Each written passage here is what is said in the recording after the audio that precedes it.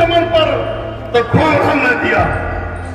और अब भाई बाहर तो कहते हो तुम्हारा काम नहीं, तुम्हारी ऐसी की तैसी भाजपा वालों पड़े तो डर जाने से क्या होगा, और जीने की तरकीब निकालो, मर जाने से क्या होगा। और मेरे आंख मिलाओ, सूरज बनकर बात करो। अब आंधी आती है तो घबराने से क्या होगा।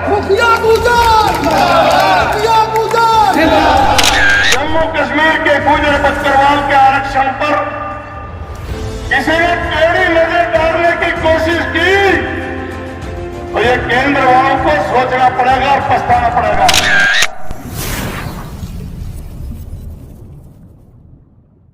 तूफान सा क्यों है दिल में दर्द, आंखों में तूफान सा क्यों है, आज मेरी घाटी का ये शेर परेशान सा क्यों है।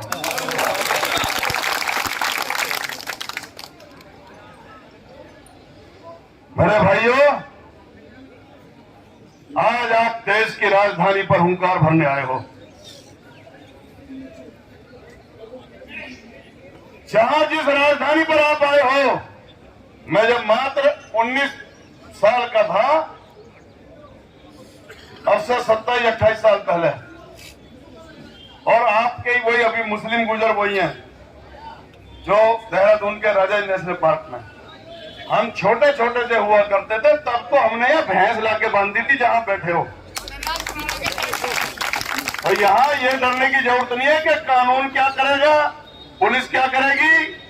यहाँ की जेल भी हमारे खेतों में है, यहाँ का राष्ट्रपति भवन भी तुम्हारे खेतों में है, यहाँ की जहां मुस्तकबिल लिखा जाता है इस हिंदुस्तान का, वो देश की पंचायत घर भी तुम्हारे खेतों में है, हाई कोर्ट, सुप्रीम कोर्ट सब तुम्हारे खेतों में, इसलिए डरने की जरूरत नहीं है। यहाँ हम बैठे हैं और इसीलिए आज हमने यहाँ ऐलान किया है कि अगर हमारे भाइयों के जम्मू कश्मीर के गुजर बकरवाल के आरक्षण पर किसी ने टेढ़ी नजर डालने की कोशिश की तो ये केंद्र वालों को सोचना पड़ेगा और पछताना पड़ेगा। क्योंकि इसलिए करना पड़ेगा कि ये देश की सीमाओं का प्रहरी अपने प्राणों की आहुति देकर ये जम्मू कश्मीर को हिंदुस्तान का हिस्सा अगर किसी ने बना के रखा हुआ तो मेरी कौम ने अपनी शहादत देकर, कुर्बानी देकर,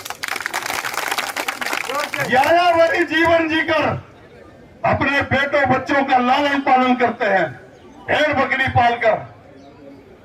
और आज जो लोग हमें कभी अपने घर की दहलीज में भी नहीं आने देते थे, जो बस में हमारे परिवार, हमारे बिरादरी के भाई को कोई सीट भी नहीं देता था, जिनके खेतों में हम मेहनत मजदूरी करते हैं, आज वो उस बिरादरी के बच्चे पढ़ लिख कर और बड़े बड़े पदों पर जाने की तैयारी कर रहे हैं, तो इनकी आंखों के किरकिरी बन गए हम लोग। पर जो मुश्किल आई है, हमें इसका अपनी जान देकर भी इसका मुकाबला करना पड़ेगा, इस लड़ाई को जीतना पड़ेगा। हमारे बीच में बड़े बड़े एडवोकेट बैठे, मेरा भाई उम्मीर कुमार साहब बैठे हैं, और यहाँ एडवोकेट सुनील बैठे हैं, और बहुत वकील है। ये कानूनी लड़ाई लड़ेंगे आपकी। मैं सड़क की लड़ाई का मास्टर हूं, सड़क पर मैं लड़ूंगा, और जो सदन में बैठे, हाउस में बैठे, उनसे हमारा डेलीगेशन मिलेगा। ये जो लोकसभा और राज्यसभा और विधानसभा में बैठे हैं, अगर आज इस मुश्किल हालात में हमारे साथ नहीं है तो हम भी आकर उनके साथ नहीं होंगे। एक तो ये प्रस्ताव पास करो, मुश्किल कोई आन पड़े तो, मुश्किल कोई आन पड़े तो डर जाने से क्या होगा, और जीने की तरकीब निकालो, मर जाने से क्या होगा। और मेरे चरणों आंख मिलाओ, सूरज बनकर बात करो। अब आंधी आती है तो आए, घबराने से क्या होगा। मुखिया गुजर जिंदाबाद, मुखिया गुजर जिंदाबाद।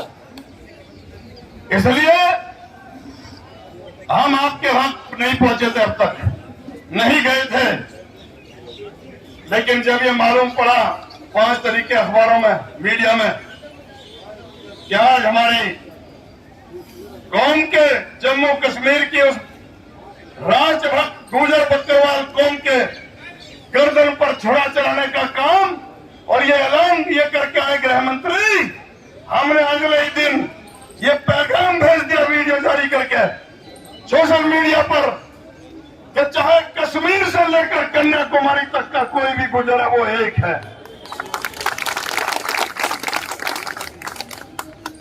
इस देश के जितने भी घुसपैठियों का भंडाफोड़ किया तो मेरी बिरादरी ने किया, आतंकवादियों को मार करके गिराने का काम करा तो मेरी बिरादरी के लोगों ने किया। पूरे देश दुनिया के लोग हिंदू अमरनाथ यात्रा पे जाते हैं, उस गुफा की खोज करी तो मेरी बिरादरी ने की। और माता वैष्णो देवी का आशीर्वाद लेने कोई जाता है तो मेरी बिरादरी के नौजवानों के कंधों पर बैठकर पिट्ठू बना करके और जो हमारे घोड़े लेकर के जाते तो मेरी बिरादरी करती है।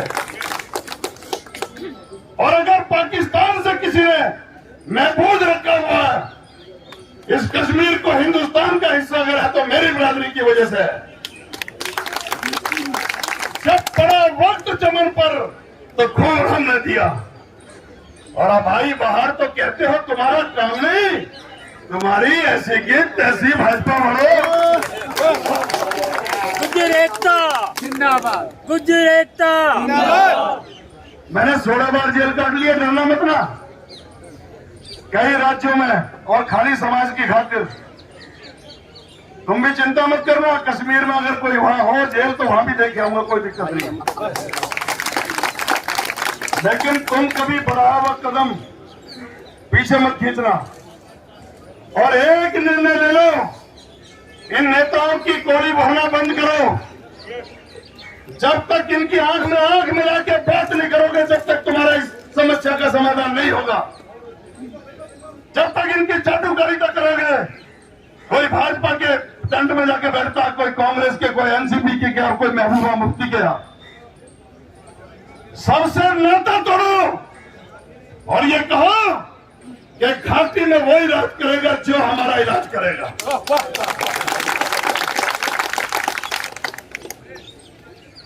क्या जरूरत है तुम्हें कहीं किसी के यहां जाने की?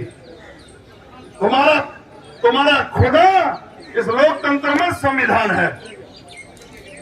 मस्जिद में जो खुदा है, अल्लाह ताला जो है, अल्लाह पाक, वो उसकी नेमत से हम लोग सांस ले रहे हैं।